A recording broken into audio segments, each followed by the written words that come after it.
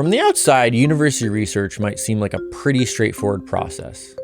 A scientist has an idea, they run some experiments, and they share their findings with the world. But there's a lot more going on there. See, behind every discovery is a complicated support system of people keeping research on track.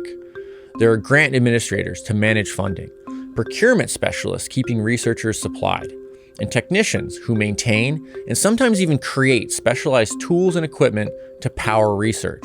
It's a fast-moving, complex engine, and today we're taking a look under the hood to see what makes it run.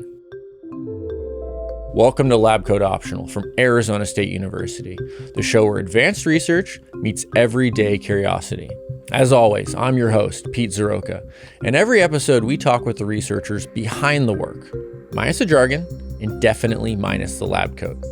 Today's guest is Lara Ferry. She's the Vice President of Research at ASU Knowledge Enterprise and a President's Professor in the new College of Interdisciplinary Arts and Sciences. She's also a researcher who studies the evolution of jaws in aquatic animals, so she has firsthand experience with research at every level. We talk about the challenges and opportunities presented by the current federal funding landscape, how ASU measures success in research, and the importance of basic research, how to communicate it, and delivering results. So, if you've ever wondered what a Vice President of Research does, or if you've never even heard of one, stick around and find out.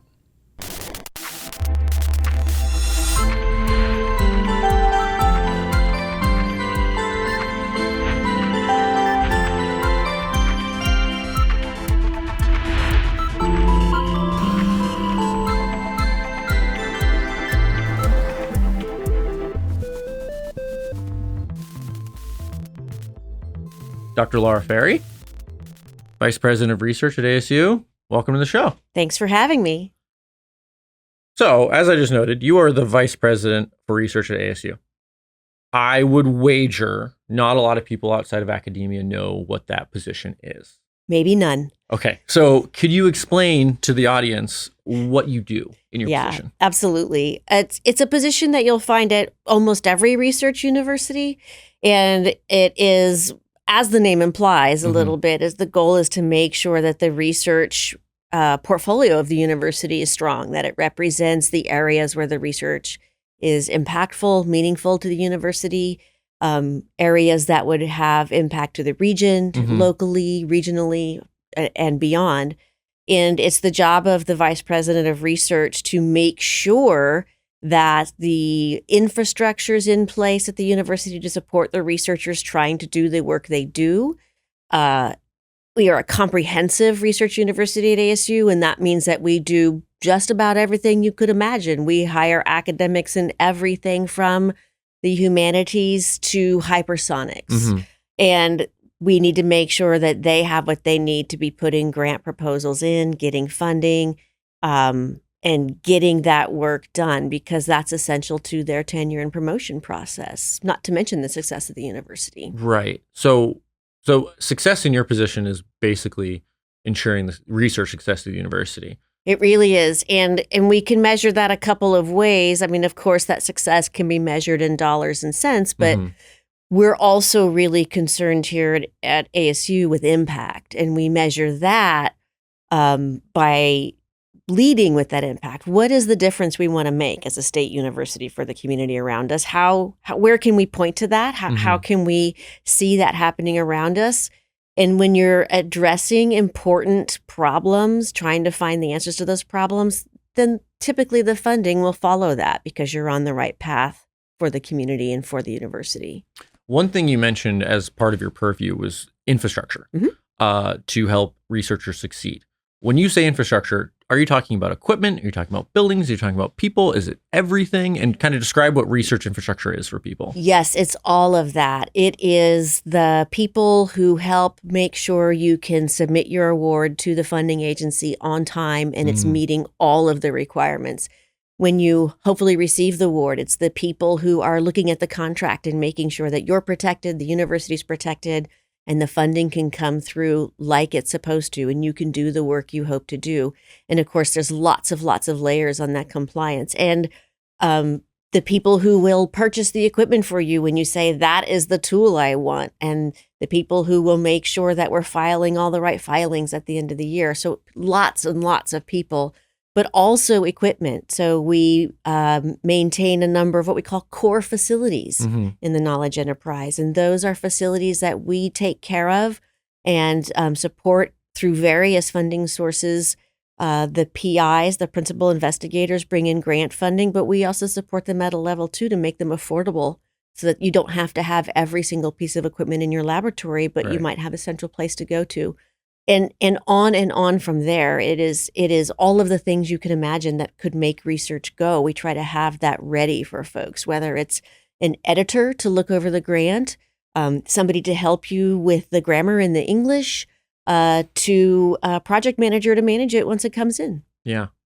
And so, okay, we've got an overview of what a VPR does. Is there anything that you think people outside of academia might be surprised to learn that you do on a day-to-day? Yeah, I think a lot of folks might be surprised at what my day-to-day is exactly. Okay, tell me about that. It's a really fun job. It's always different. It's always interesting. And it runs the gamut. It's a really dynamic time for universities and for research right now. So I have a really great team that works under me that's focused on research compliance. And that space is evolving right now. Sort of how do you work internationally? How do you work with technology that might have levels of dual use, meaning it might have use for a military application and for a basic science application? Got it, yeah. How do you deal with classified information? We work with the DoD, for example. So how do we protect those assets? How do we take something that we're developing at the cutting edge that might have intellectual property implications, but we want to make students be able to learn from that too and be in that space at the same time. So there's all these really interesting areas where we interface and trying to work our way through that. So my day has some of that. My day has meeting new principal investigators and finding out what motivates them.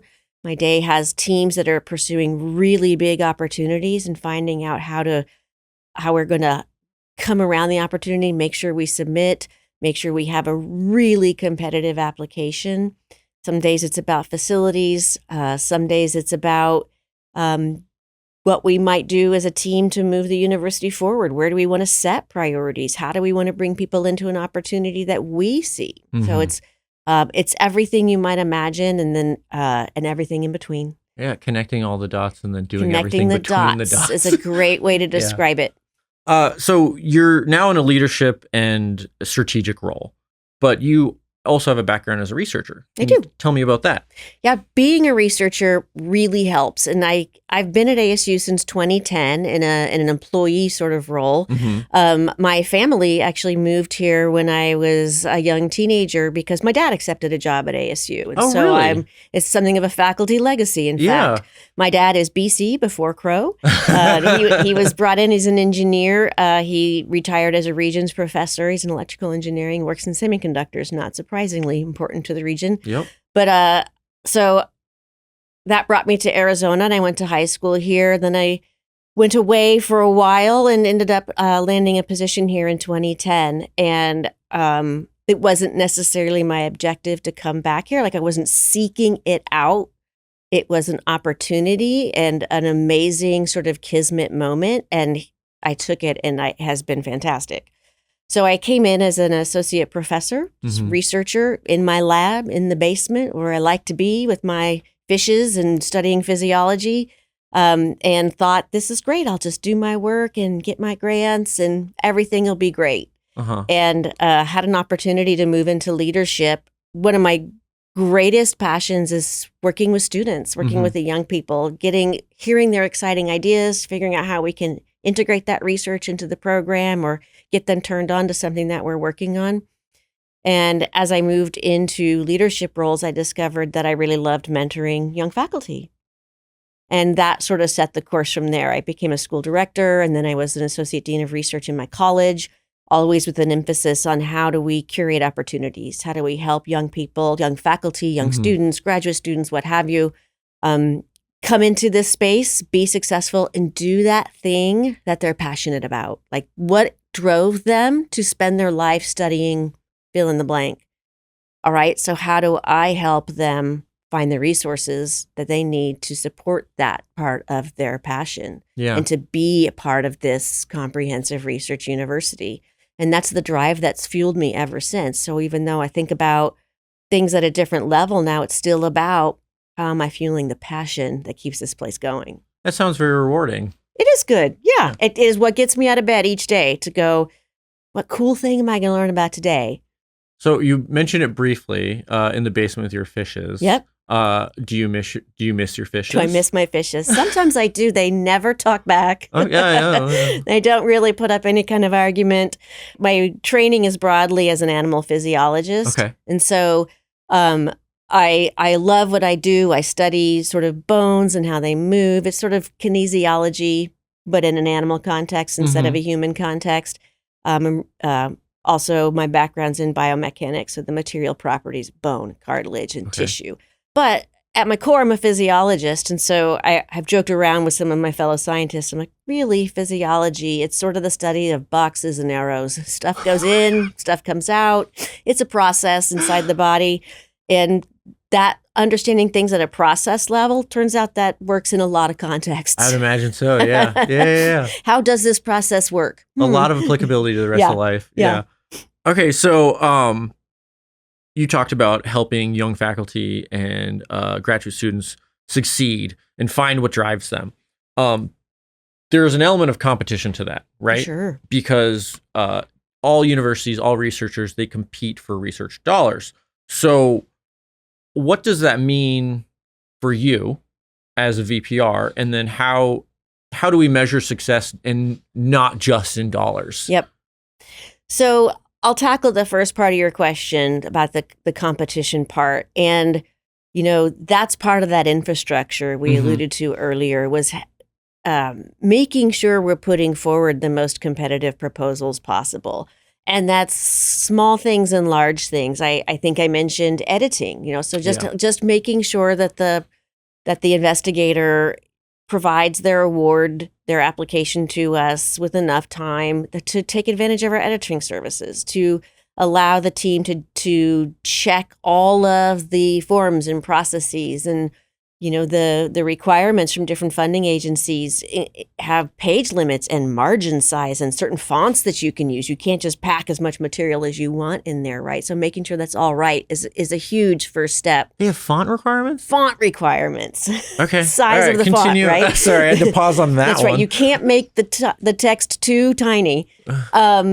But, also using all of our resources and strategic intel, and now that includes AI too. Like, what is our strength across the university? What individuals and teams and centers should I pull together to have the most competitive and the most interesting strengths that would allow us to stand out in an application? And at ASU, a lot of our strengths is in our interdisciplinarity. So how do I pull in people from different viewpoints to tackle some of the most hairy problems that society is facing? You can't solve that within one discipline. You need the humanities, you need the social sciences, and you need engineering, and you need mathematics, and you need all of the other folks to come together to say, all right, this is how we pose a comprehensive solution to this problem. And we figured out the policy change that is needed to help this go into effect, right? Yeah, totally. Well, we're talking about funding. It's going to come as no surprise to you that we're in a spot where the established federal funding model is under scrutiny. So can you describe what the current landscape is like for us and then any challenges or opportunities you see in that landscape? Yeah, absolutely. I would say the federal funding landscape is in a bit of flux. President Crow, who's the president of Arizona State University, has noted that in various interviews, he's pointed out that, taking the Legos apart is probably okay. Let's just not melt them down. Let's make sure we've got something left to rebuild with. Yeah. And I think the sentiment there is that we recognize, too, from our side, there are some problems with the way funding has been doled out, administered, pick whichever word that you like there. there are improvements that could be made. There's no doubt that that is taxpayer dollars, and we owe them something for that. And to some extent, universities find themselves in this position. It's a position we've earned because we have, in some cases, taken the attitude that you should just give us the money and just trust us. Right. And that's not something that anybody likes to be told. There's a little bit of accountability there, and we owe the taxpayers and the American people an explanation of what we are doing and how it helps them. And we've been a little bit slow at that. I think we're seeing a really great change. We're seeing universities respond. We're seeing it happening here at ASU with the Research Matters site and podcasts like this to say, this is what we're trying to do, and this is the difference we're trying to make. But then that leads to your question about how we measure the impact. Winning awards and quantifying that in dollars is fantastic. But other ways we measure impact are we see a policy change. We see a policy adopted at the state level.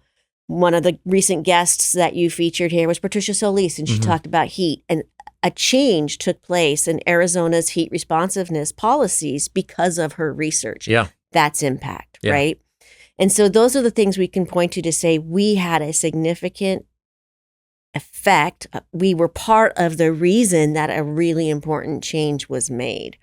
And, you know, it isn't always policy changes. Sometimes we see shifts in the way people are able to engage. We see shifts around, you know, we look at our education research, and then we see the pedagogy, the way students are taught in universities or K-12 settings change in response to that. We have a really big interest right now as a university in food as medicine as a concept, right? Maybe we could have a real change on school lunch programs. That would be a way to look at impact that wouldn't have an award value associated with it necessarily, though it would probably, hopefully, start with an award. So that reminds me of that whole section you just talked about there. That reminded me of the panel you moderated in September between President Crow and Holden Thorpe, the editor-in-chief of Science. And one theme that I saw emerge from that talk was kind of the greater need for transparency, which you spoke to, and communication to taxpayers, as well as pressure to deliver tangible benefits.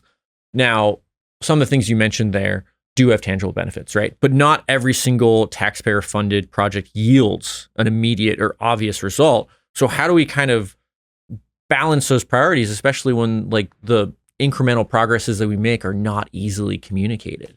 Yeah, absolutely. I have two ways to think about that. You know, one is universities are historically tasked with what we think of as basic research, which means we don't see the application necessarily immediately. Right. But we need a little bit of that, maybe a lot of it, in the sort of university research portfolio, because that basic research is somebody's great idea about something that might have a lot of potential, but we're just not sure yet. And if we aren't allowed to pursue those things, we don't get those amazing breakthroughs. So we really need to be able to have some of that freedom to say, I just need to see where this goes. Right. But we have to balance that with making sure that when we make those discoveries or other areas where the application's a little clearer, maybe the research is far along, that we're taking it all the way to the application. We're taking it from the lab to the market. And that's a lot of the emphasis we're seeing now, is that universities have spent a lot of time on basic research and maybe haven't been as good about converting some of that work into products that make it into the marketplace. Some of the criticism we've received is that it's left to the industry partners to do that. And that may be a really great role. And there are ways that universities can partner with industry to make sure that those innovations make it all the way into the marketplace through these academic industry partnerships. But we need to make sure that we are delivering, you know, those over the finish line, so to speak, in more and more spaces. And that's one of the ways we're seeing the federal funding landscape change, is that expectation starting to be baked in to funding opportunities a little bit more. Right. Even with the National Science Foundation, that's historically been the basic research agency, we're seeing that. And what will the translation look like piece. And so when they ask for that, is that speculative? They're asking for speculation from the researcher's point of view, or is it more, I want to see a 5-year roadmap? Both. Okay. We have agencies that are open to speculation, but wanting the researcher to just explain the potential relevance a bit more and a little bit less of the just trust me, this could be great part, right? And then we have agencies who are really, their whole mission is making sure you take it all the way over the finish line. ARPA-H, for example, that's health-based research, but it is to make sure you take the innovation all the way into the market space. Got it. It's interesting because that emerging requirement to think about the application, it makes my job easier because, I've spent 15 years science writing and going all the way. When I started, I'd be like, okay, so what can we do with this? It's like, well, it's a new material. It's good. But what can we do with that new material? Like, new is better. Yeah, new. So I guess that's good for me. Yeah. So you just talked about shifts in federal funding priorities. So for instance, like there's more money being directed towards AI right now, for example. How does that affect research in general? Is there some sort of a whiplash effect every time federal priorities change for researchers?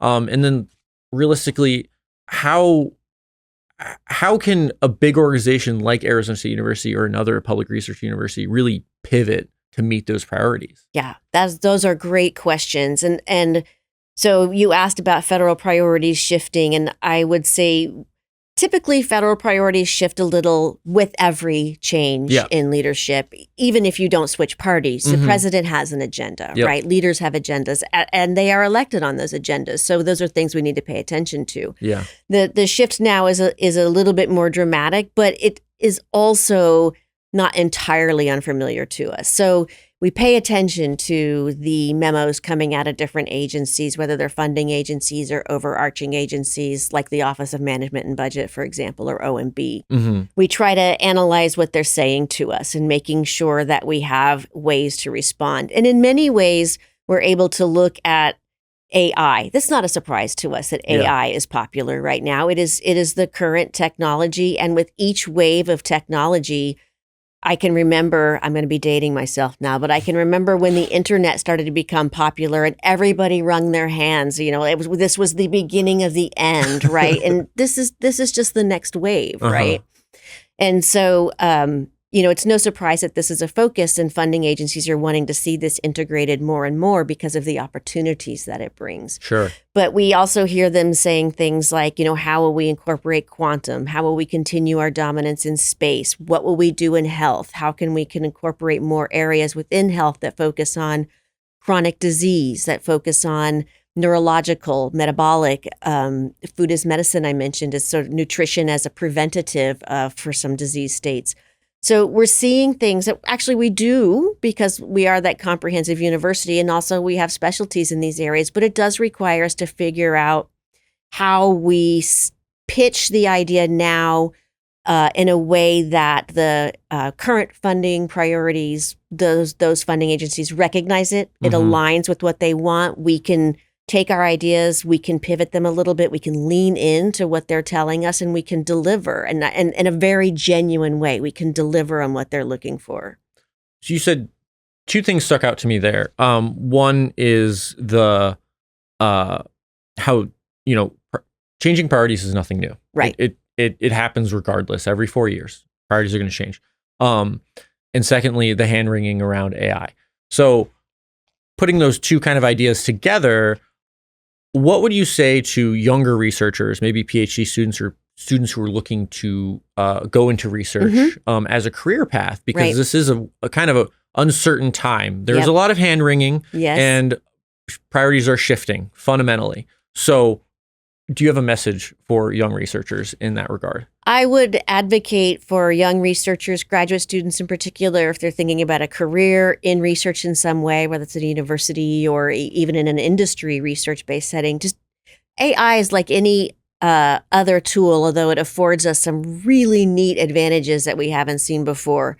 Just super leapfrog events here. And so always embracing the technology that is coming down the pathway is really important. With each sort of technological advance, and I'm going to quote Nadia Bliss here, who's the director of the Global Security Initiative. She was in ASU News this past week. She pointed out that these big shifts in technology don't mean that people are out of jobs or don't have roles anymore. It just means that the types of things you do in the job when you add this technology shift a little. They change a little. So you have to be able to incorporate this. So make sure you understand what it can do. Make sure you understand how you can use it to power your work and to take it even further. And make sure you also understand its limitations. So like any technology, if we sort of use it blindly, if we aren't thinking about what it can and can't do, we will make mistakes with it. Yeah. And we don't want graduate students in particular blindly applying a tool, drawing a conclusion, which is actually false, right? Yeah. You're kind of echoing something that someone else on the show said before, Joshua Garland, who also works at the Global Security Initiative. He said calling it artificial intelligence is sometimes a disservice because it's more augmented intelligence. Yes, augmented intelligence, a better AI. Yeah. Okay, so on to the most exciting topic of this conversation, which is indirect costs. Yes. Or also known as F&A. F&A, yes. So research funding isn't there to support pet projects, right? It's not, people are not just like holing up in a lab and studying a weird thing because they like that weird thing. It's designed to address national needs. And a part of that is infrastructure. And there's been a lot of debate around the indirect costs related to that infrastructure. Can you explain to the audience what indirect costs are and why they're so important for academic research? Yeah, let me explain the origin of the terms that might help get us started. Great. So in any federal grant application to one of our federal agencies, National Science Foundation, National Institutes of Health, there's two sections of cost, the direct cost and the indirect cost. The direct costs are things you write in as line items. It's the cost of a piece of equipment that you're allowed to charge to the grant. It's the postdoc or graduate student's time that you're charging to the grant. And then the indirect costs historically are those things that are harder to capture in that way. They often are that research infrastructure that I talked about, but they come in as a lump sum. And it's not because it's a grab bag or a slush fund. We have to actually sit down with the federal government, typically every 3 years, and negotiate our indirect costs. We have to say, this is the cost of my contracting team that I mentioned earlier. This is the cost of the buildings and maintenance that are specialized for research. This is the cost of this set of equipment that's allowed to be included. This is the cost of the animal care folks. This, and we go down the list and we have to justify every expense. And from that, we calculate this rate, the indirect cost rate that we're allowed to apply to a grant. But it's all based on real documentable costs of doing research at a university. And in fact, even once we do that, there are limits on what we can charge. So a university of our size actually has more contractors, for example, than we are allowed to put into the indirect costs. So we have to cover that some other way. So we eat that. We eat that. Okay. So the indirect costs actually do not cover the cost of doing research at our university or any university, in fact. So it's not a slush fund. It's not a magic bucket of money. I wish I had a magic bucket of money. It's hanging out with my unicorn in my office right now. I have a unicorn and a leprechaun.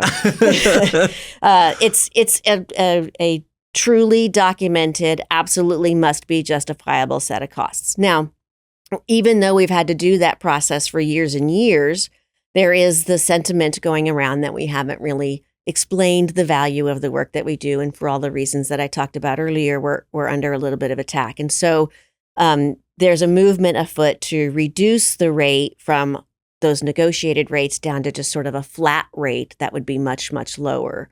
The hope is that some of the things that used to be captured in indirect costs could move to that direct cost line. So we could line item charge them. If you needed, for example, a particular person with a sort of set of skills that we formerly would have paid for out of indirect costs, you could put that in as a line item in the budget, perhaps. Okay. But we're going to have to wait to see how the Code of Federal Regulations, the CFRs, come out to say what you can and can't charge. So currently, there are rules about what we can put in the direct costs because they're supposed to be captured by indirect costs.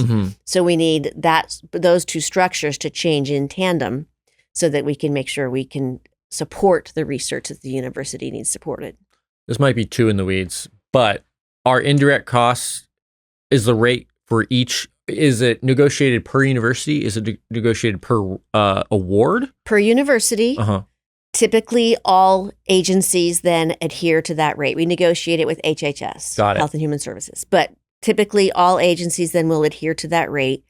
There are different rates for different kinds of work. We have a research rate. We have an education rate. It doesn't use specialized buildings, right? Yeah. We have an off-campus rate and an on-campus rate, again, because that affects the things that you use. Right. And, schools like, Harvard will have other rates. They'll have a specialized medical research rate, for example. Okay, so what is at stake if indirect costs do get capped at a lower rate? So who's going to feel it first? Right. Who's going to feel it first? The staff that I mentioned that Okay. are normally covered under those indirect costs. We would have to figure out how to get them paid another way. So we need those CFRs to change, Yeah. right? Okay. We would need to figure out a whole different way of sort of budgeting for research grants. And so the hope is that if and when this change occurs, that it's a gradual change so that we can bring our budgeting processes in line with this new set of rules over a period of time.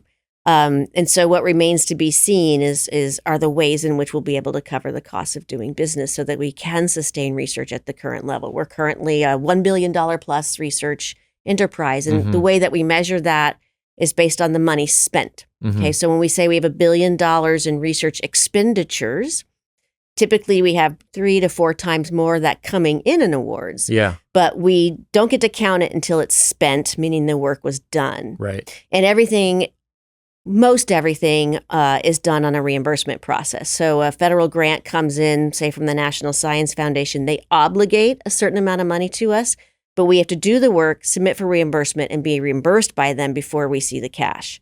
So that's why we measure everything based on expenditures. The work was done and we were paid to do it.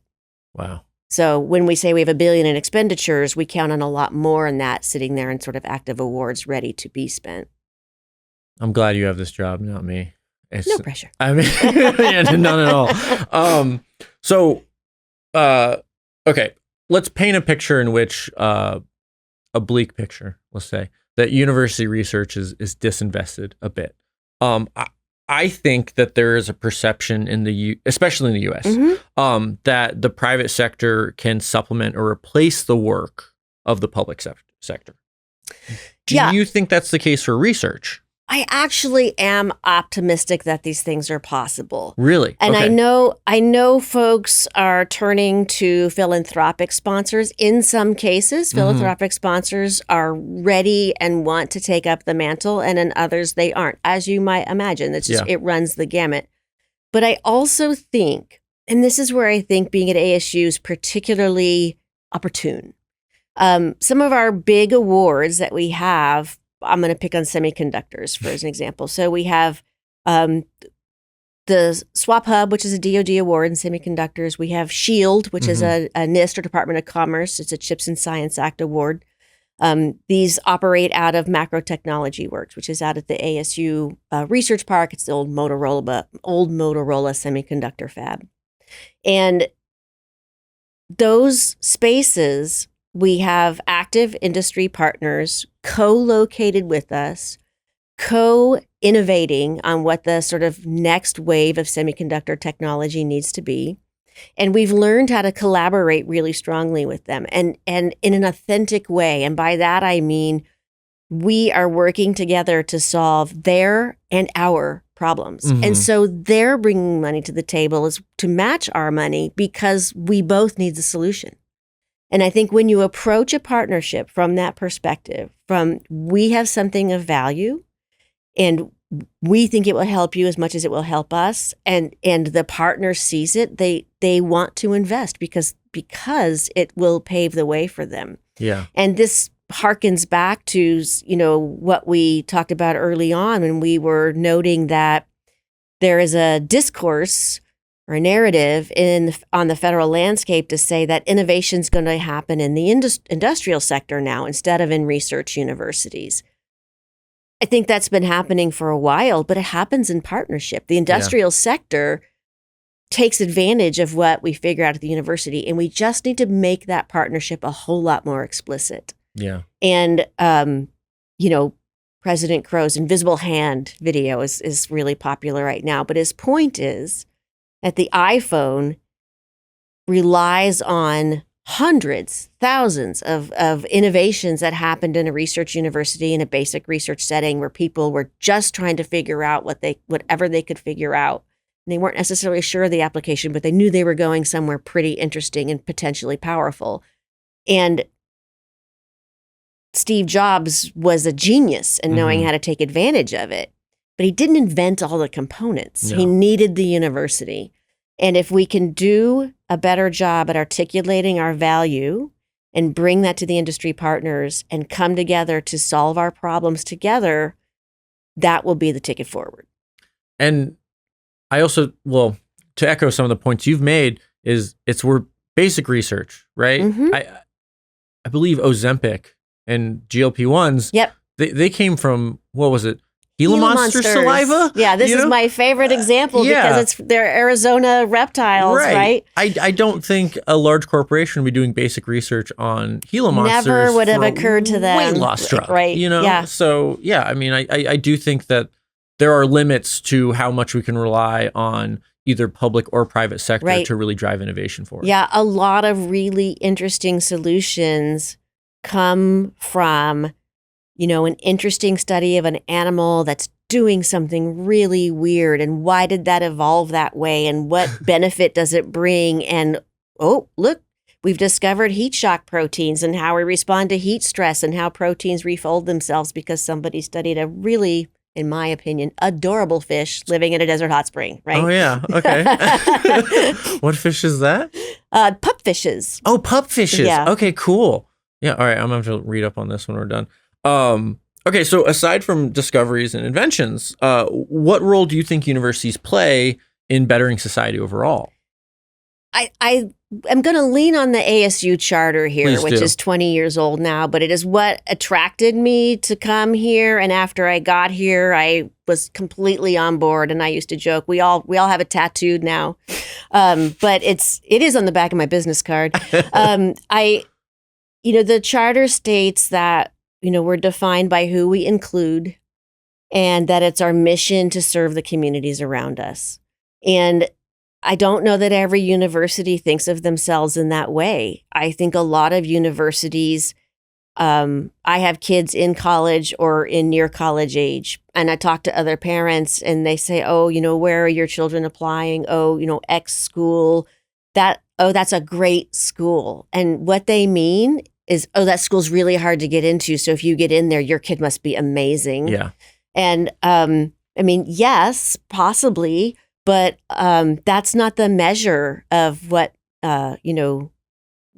service means as a university if you're telling everybody no. Mm-hmm. And what I think is amazing about this place is I just looked this up to see what Google would say. And Google says we have a 90% acceptance rate. So we basically accept everybody who's qualified. Yeah. And we are still over $1 billion in research expenditures, right? And that puts us in the top echelon of research universities. So we've married those two goals, right? We are a top tier research university and we are letting in anybody qualified to be here. And that's amazing. Yeah. That is really a difference maker. And it speaks to our commitment to bettering the community around us.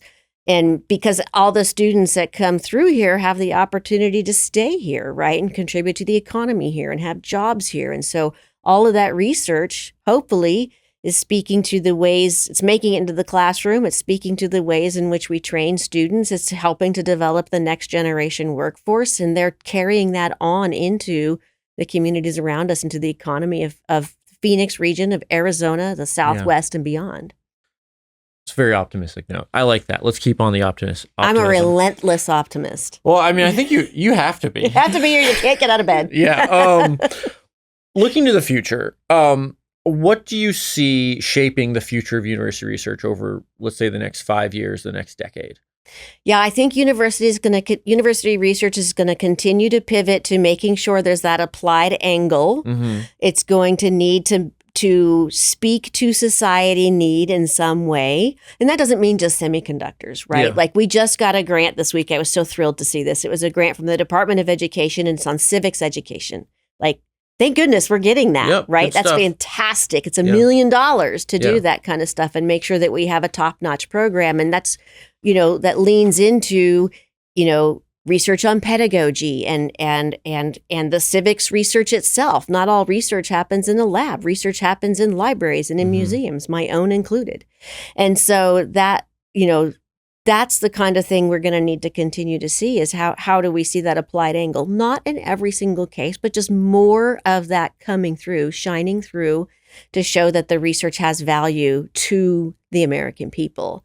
And I think we will still see comprehensive research. I, try to keep tabs on what's happening with different agencies and looking at opportunities of the National Science Foundation last week. Social science is still in there. Anthropology is still in there, and we have a great anthropology program as an example. We have a great social science program. Those areas of research are still in the solicitations. Yeah. We just need to take the time to speak our value in our applications. So my last question was to, ask you to make your case for why the public should care about university research. Right. But I feel like you've done that time and time again. So I'm not going to belabor the point. This was a great conversation. Thank you so much for coming on the show, Lara. I hope I hope someone out there learned something about how this weird process of academic research really works and why it's so valuable. It's weird. It's wonderful. It's amazing. And it's, like I said at the beginning, it taps into our passion. Yeah. Like what motivated us to go in this line of work in the first place? What amazing thing did we observe and want to keep studying like the most curious children we should all be? Yeah. And figure out the answers. Because you never know what you're going to find. You never know what you're going to find. Yeah. All right. Thank you so much, Lara. Thank you.